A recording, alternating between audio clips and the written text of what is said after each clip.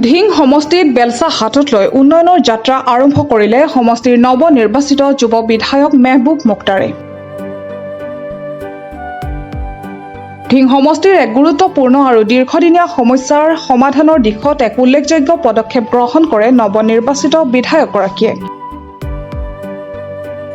নিজ হাতে জৰা জীৰ্ণ পথ মেৰামতিৰ কাম আৰম্ভ কৰি সাধাৰণ ৰাইজৰ মাজত বিশেষ সঁহাৰি লাভ কৰিবলৈ সক্ষম হয়। মৈৰাবাৰী তেল ডিপুৰ পৰা ধিং হৈ নগাঁও ভোৰাগাঁও সংযোগী এই ব্যস্ত পথছোৱা বহুদিন ধৰি অতি শোচনীয় অৱস্থাত পৰি আছিল। ৰাস্তাটোৰ বিভিন্ন ঠাইত প্ৰকাণ্ড গাঁতৰ সৃষ্টি হোৱা দৈনিক যাতায়াত কৰা হাজাৰ হাজাৰ গাড়ী মটৰ চালক আৰু সাধাৰণ পথচাৰীয়ে অসুবিধাৰ সন্মুখীন হৈ আহিছিল।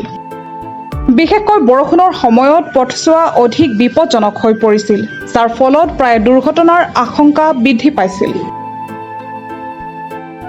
এই সমস্যাৰ গুৰুত্ব অনুধাৱন কৰি বিধায়ক মেহবুব মুক্তাৰ আজি নিজে উপস্থিত হৈ পথ মেৰামতিৰ কাম আৰম্ভ কৰে। ভুক্তভোগী আছিলোঁ দীৰ্ঘদিনৰ পৰা। নিজ ডিঙৰ পৰা মৈৰাবাৰী ইণ্ডিয়ান অইল পেট্ৰল পাম্পলৈকে 2.36 কিলোমিটাৰ বাট প্ৰযোজ্য ৰূপ লৈছিলে।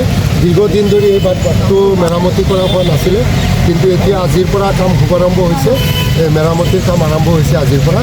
এয়া মই ভাবোঁ আজি মই বিধায়ক নিৰ্বাচিত হোৱাৰ পিছত এয়া মোৰ প্ৰথম কাম। গতিকে ৰাইজৰ সহায় সহযোগ বিচাৰিছোঁ, যাতে আৰু আমাৰ বিভাগীয় কৰ্তৃপক্ষ আছে, বিভাগীয় কৰ্তৃপক্ষকো অনুৰোধ কৰিম যাতে সুদৃষ্টি ৰাখে, যাতে এই পথখিনি যাতে খুব সুন্দৰ হয়, যাতে কাম ভাল হয়, তাৰ বাবে মই অনুৰোধ কৰিম বিভাগীয় কৰ্তৃপক্ষক যাতে চোকা দৃষ্টি ৰাখে, যাতে কামত কোনো ধৰণে খেলি মেলি নহয়। আৰু ৰাইজো খুব উৎফুল্লিত হৈছে। দীৰ্ঘদিন ৰাইজৰ এই দাবী আছিলে এই পথছোৱা। সঘনাই আপোনাৰ এটা ব্যস্ত পথ, এইটো নগাঁও ভোৰাগাঁও এটা ব্যস্ত পথ। ইয়াতে ব্যৱসায়ী সকলো অহা যোৱা কৰে, ছাত্ৰ ছাত্ৰীসকলেও অহা যোৱা কৰে। সঘনাই দুৰ্ঘটনা সংঘটিত হৈ আহিছিলে। প্ৰতিদিনে এই বেয়া পথছোৱাৰ বাবে প্ৰতিদিনে আপোনাৰ 5টা-6টা দুৰ্ঘটনা সংঘটিত হৈছিলে।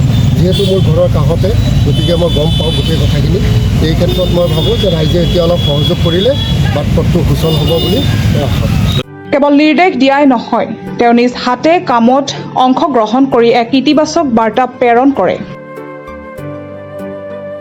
বিধায়কগৰাকীৰ এই পদক্ষেপত স্থানীয় ৰাইজে সন্তোষ প্ৰকাশ কৰাৰ লগতে তেওঁক আন্তৰিক ধন্যবাদ জ্ঞাপন কৰে। বৰ্তমান আমাৰ যিজন MLA তেওঁ উদ্বোধন কৰি আছে, কিন্তু এই সমস্যাটো আমি আজি প্ৰায় 20 বছৰ ধৰি ভুগি আছোঁ। মৰিয়াবাৰীৰ পৰা নিজিংলৈকে আজি নতুন এজন যোগ্য MLA পাইছোঁ, আমি বনাইছোঁ। আমাৰ ৰাইজে 20 বছৰ পিছত MLA যোগ্য MLA এজন পাইছোঁ। তেওঁ এতিয়ালৈকে শপত গ্ৰহণ কৰা নাই, ইয়াতো কিবা মুকলি কৰিছে। আমি এজন যোগ্য নিজে কাম কৰি আছে, লগতে আৰু বহুতো মানুহ সহায় কৰি আছে। কিন্তু এনেকুৱা যোগ্য MLA পাইছোঁ, তেওঁক আমি ধন্য, আমি কৰিছোঁ। হয়, আপোনালোক তেওঁৰ দ্বাৰাতে আমি বহুত কাম পাম। এই 20 বছৰ যোৱা 20 বছৰ আমাৰ যি অভিজ্ঞতা হৈছে, আমি একেবাৰে আমাৰ সমষ্টিটো কোনো জাতৰ কাম কাজ হোৱা নাছিল। তেওঁ শপত গ্ৰহণৰ আগত যদি এনেকুৱা এটা ৰাস্তা মুকলি কৰিব পাৰিছে, আমি বহুত আশা কৰিব পাৰিম। মৈৰাবাৰীৰ পৰা নাছিদুৰ ৰহমানৰ ৰিপৰ্ট, প্ৰাত টাইম ডিজিটেল।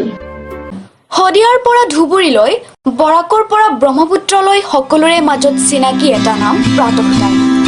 থলুৱা ভাষা, কৃষ্টি আৰু সত্য বাতৰিৰ আধাৰত প্ৰতিষ্ঠিত খবৰ প্ৰাত টাইমৰ প্ৰতিটো বা বাতৰি পুংখানুপুংখভাৱে চাবলৈ Facebook, YouTube, website, Twitter, Instagram আৰু ব্লগাৰ পেজত লাইক আৰু